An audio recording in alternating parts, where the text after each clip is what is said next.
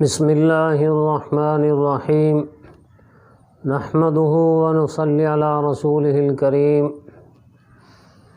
برادران اسلام، وضو کی 3 قسمیں اور وضو کا طریقہ عرض کیا تھا۔ وضو کے مستحب اقسام میں سے یہ بھی ہے کہ آدمی وضو پر دوام اختیار کرے، یعنی آدمی باوضو رہے۔ اس کا فائدہ یہ ہے کہ ایسے آدمی کو موت کے بعد شہادت کا درجہ ملتا ہے، اس قدر اس کی فضیلت ہے۔ اور وضو نمازوں کے لیے جو ہم کرتے ہیں تو اس کی اس قدر فضیلت ہے، بلکہ اس امت کی پہچان ہی یہ چیز ہے۔ نبی اکرم صلی اللہ علیہ وسلم سے پوچھا گیا کہ قیامت کے دن اتنے انسان ہوں گے تو آپ اپنی امت کو کیسے پہچانیں گے؟ اس قدر بڑا مجمع ہوگا، پوری انسانیت ہوگی۔ تو آپ صلی اللہ علیہ وسلم نے فرمایا ان کے وضو کی جگہ چمک رہی ہوں گی، اس سے میں پہچان لوں گا۔ تو اس سے آدمی اندازہ کر لے۔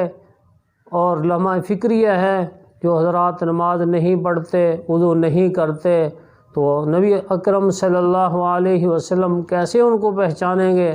تو ہم وضو کریں گے، نمازیں پڑھیں گے تو ہمارے اعضاء چمکیں گے، نبی اکرم صلی اللہ علیہ وسلم ہمیں پہچان لیں گے۔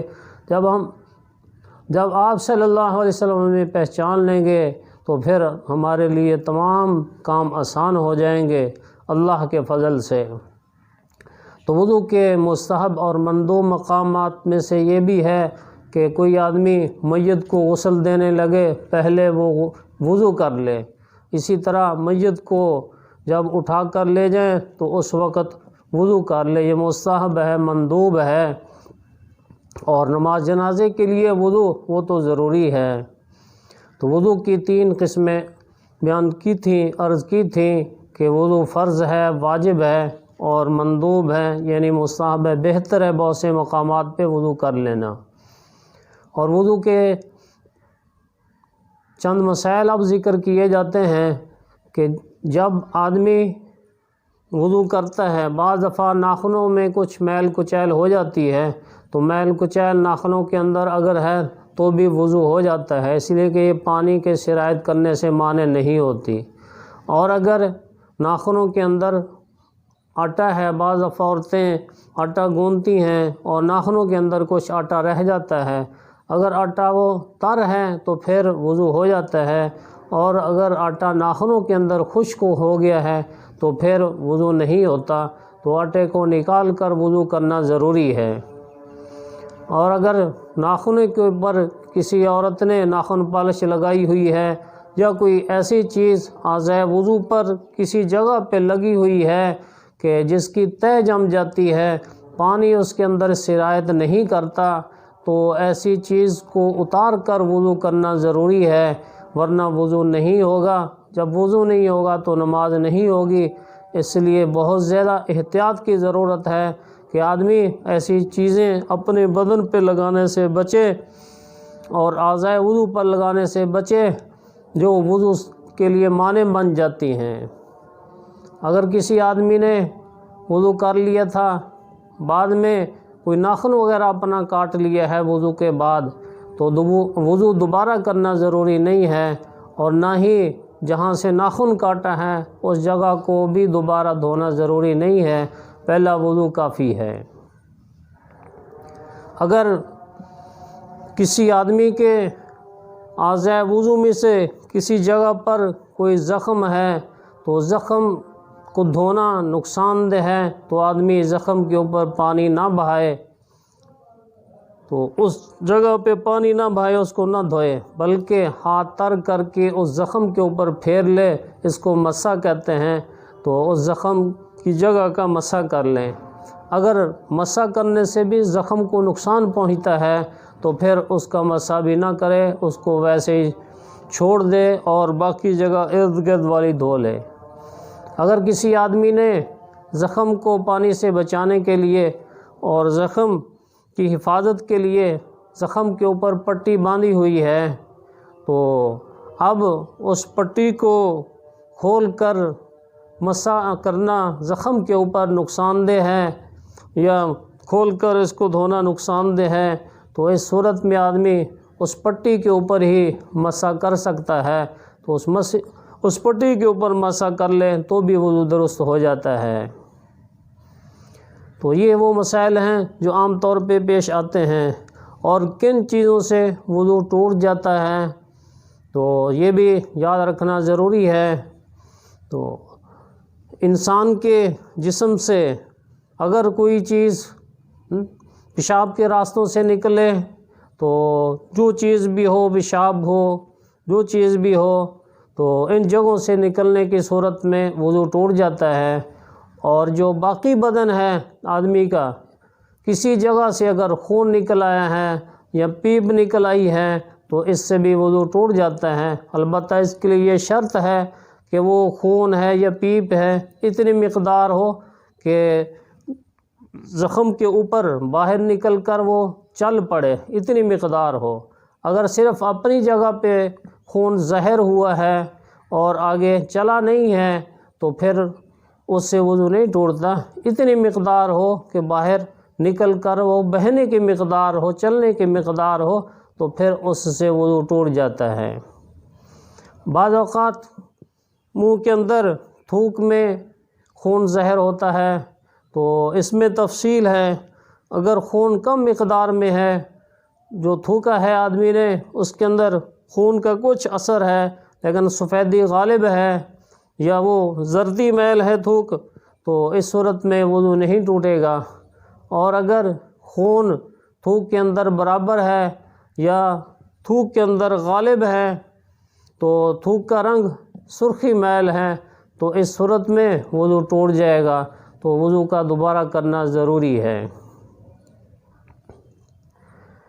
تو بعض اوقات کوئی آدمی معذور ہوتا ہے، یعنی کسی نے پیشاب کی تھیلی لگائی ہوئی ہے تو پیشاب اس کے اندر آتا رہتا ہے، یا کسی کا کوئی زخم ہے وہ جاری ہے، اس سے خون رک نہیں رہا، یا ناک سے خون بہہ رہا ہے رک نہیں رہا، تو اس طریقے سے جس کے بدن سے خون ہے یا پیپ ہے یا پیشاب ہے جاری رہتا ہے، تو ایسا آدمی کب معذور ہوگا؟ تو اس معذور کے لیے 3 باتوں کا جاننا ضروری ہے۔ پہلی بات یہ ہے کہ معذور آدمی کب شمار ہوگا؟ تو پہلی بات یہ ہے کہ معذور آدمی اس وقت شمار ہوتا ہے کہ جب پوری نماز کے وقت میں اس کو اتنا وقت بھی نہ مل سکے کہ وہ وضو کر کے فرض رکعتیں پڑھ لے۔ جس کو پورے وقت میں اتنا وقت بھی نہ مل سکے تو ایسا آدمی وہ معذور شمار ہوتا ہے، یعنی کہ وضو کر کے فرض رکعتیں پڑھنے کی مقدار بھی اسے وقت نہیں ملتا کہ اس کا پیشاب جاری رہتا ہے یا خون جاری رہتا ہے، تو ایسا آدمی معذور شمار ہوگا۔ دوسری بات یہ ہے کہ یہ کب تک معذور شمار ہوگا؟ ایک دفعہ جب معذور ہونے کا حکم عائد ہو جائے اس کے بعد وہ معذور رہے گا کہ ہر نماز کے وقت میں وہ عذر پایا جائے، اگرچہ ایک دفعہ وہ عذر پایا جائے تو وہ آدمی معذور رہے گا۔ تو معذور کا حکم یہ ہوتا ہے کہ وہ ہر نماز کے وقت میں وضو کرے گا۔ جب وقت شروع ہوا ہے تو اس وقت میں وضو کرے گا۔ اب وضو کرنے کے بعد اگرچہ وہ عذر پایا جائے، پیشاب والا معذور ہے تو وہ پیشاب اس کا جاری ہے، تو بھی وہ وضو کے بعد جو نمازیں فرض ہیں، نفل ہے، جو پڑھنا چاہے وہ پڑھ سکتا ہے۔ تو جتنی نمازیں پڑھنا چاہے اس وقت کے اندر پڑھ سکتا ہے۔ تو اس عذر کی وجہ سے، جس کی وجہ سے وہ معذور شمار ہوا ہے، تو اس کی وجہ سے اس کا وضو نہیں ٹوٹے گا۔ ہاں اگر کوئی اور نواقض وضو میں سے پایا گیا ہے، مثلا یہ پیشاب کی وجہ سے معذور قرار دیا گیا اور جسم کے کسی حصے سے کوئی خون نکل آیا ہے تو خون نکلنے کی وجہ سے وضو ٹوٹ جائے گا اس کا، یا اس نے پیشاب کا تقاضا کر لیا تو اس سے بھی وضو ٹوٹ جائے گا۔ یہ صرف اس عذر کی وجہ سے جس میں معذور شمار ہوا ہے اس کی وجہ سے وضو نہیں ٹوٹے گا، باقی دوسری چیزوں کی وجہ سے اس کا وضو ٹوٹ جائے گا۔ تو یہ آدمی معذور رہے گا جب تک وہ ہر نماز کے وقت میں وہ عذر اگرچہ ایک دفعہ پایا جائے، اور جب کسی وقت میں وہ پوری نماز کے وقت میں ایک دفعہ بھی وہ عذر نہیں پایا گیا تو اب وہ معذور کے حکم میں نہیں رہے گا۔ تو اب معذور کا حکم اس سے ختم ہو جائے گا۔